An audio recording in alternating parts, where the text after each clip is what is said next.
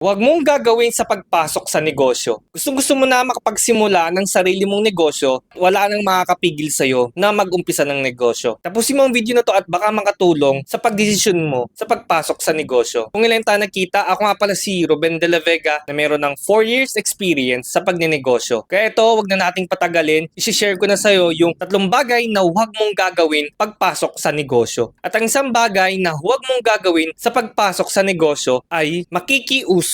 Papasok ka sa negosyo dahil nakikita mo sa social media yung mga trending na businesses na pinopost nila. Dahil ang dami nila nagpo-post nito at nakikita mo sa mga videos na ginagawa nila na kumikita sila. Kaya ikaw, ganong business na din ang gusto mong simulan. Yun nga yung makikiuso ka sa ginagawa ng iba. Ang problema dito ay ang nakikita mo na lang ay yung mga magagandang pinopost nila. Hindi mo alam kaya sila kumikita kasi sila yung nauna. Sila yung naunang gumawa ng bagay na yun. Sila yung naunang gumawa ng trend na yun. Isipin mo, lahat ng mga nag-trending na businesses dati, nasa na sila ngayon? Yung mga naggayahan, yung mga nakiuso, sila din yung mga nagsipagbitawan dahil nga sila ay nakiuso lang. At yung mga natirang businesses na to ay yung mga nauna. Kaya kung mag-iisip ka ng negosyo na gusto mong simulan, ay huwag kang makikiuso sa mga trending businesses na napapanood mo sa social media. Huwag kang magpapadala kasi business strategy nila yon to promote yung business nila. Kaya sa susunod na mag-iisip ka ng business idea ay huwag lang yung makikiuso ka lang. Siguraduhin mo na ipapasukin mo negosyo ay meron kang alam at hindi yung basta makikiuso ka na lang. Okay, next. Ang isang bagay na huwag mong gagawin sa pagpasok sa negosyo ay ipusta lahat ng pinaghirapang ipon. Sa pagpasok mo sa negosyo, ang lakas ng loob mo dahil alam mo sa sarili mo na meron kang malaking ipon na naitabi sa bangko mo. Ang problema dito ay dahil ikaw ay isang startup entrepreneur pa lang, ang papasukin mong pagnenegosyo ay parang sugal.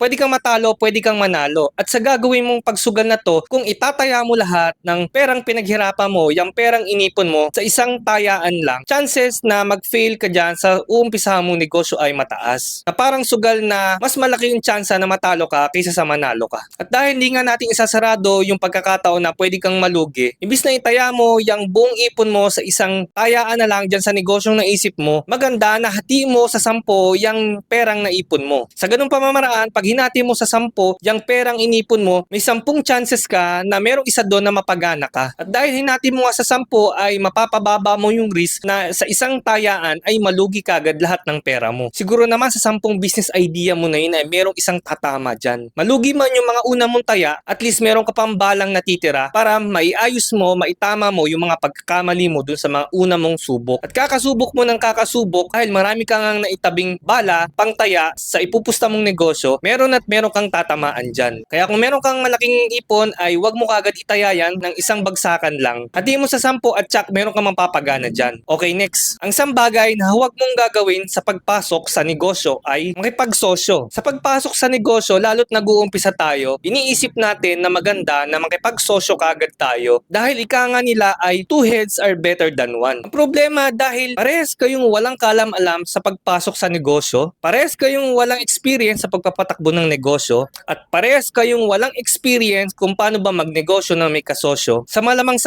ay baka mag-fail yung pinaplano nyong pagsusosyo. Ang masakit pa doon, nalugian na nga kayo ng negosyo, naging magkaaway pa kayo nung kakilala mo. Ang solusyon dito, kung gusto mo talaga magnegosyo at mag-umpisa ng negosyo, at dahil startup entrepreneur ka pa lang, ay subukan mo muna ng ikaw lang. Ang goal mo dito ay matuto ka muna maging isang negosyante. Along the way, sa journey mo sa pagnenegosyo, mararamdaman mo na darating yung oras na kakayanin mo na makipagsosyo sa ibang tao. At pag alam mong ready ka na, tsaka ka makipagsosyo. Ang pakikipagsosyo sa negosyo ay hindi ginagawa sa umpisa, lalo't parehas pa kayong walang kalam-alam kung ano ba ang buhay na papasukin nyo. Ginagawa nga pala natin yung mga gantong videos para makatulong dun sa mga nagpaplanong mag-umpisa ng kanilang mga negosyo. Ang kalabang kasi natin dito ay yung pagsubok magnegosyo, nalugi kagad, tapos mawala na ng gana, hindi na magsusubok ulit magnegosyo. Naniniwala kasi ako na lahat ng gustong magnegosyo, may tsansa naman na maging matagumpay yung negosyong inuumpisahan nila. Kailangan lamang nila ng merong magsasabi sa kanila ng mga tamang gawin, lalo na sa pag-uumpisa. Ikaw na nanonood na to, kung pinanghihinaan ka man ng loob dyan sa negosyong inumpisahan mo, part lang yan ng process, talagang puro problema ang pagdadaanan ng isang nagnenegosyo. Magsisilbi ang stepping stone mo para sa success na hinahangad mo. Bali hanggang dito na lang pala ang video na to. Kung nagustuhan mo, please mag-like ka at mag-comment ka naman sa video na to. At mag-subscribe ka na din. Muli sa negosyo, lagi nating tatandaan, bawal ang mainip. Ang mainip, talo.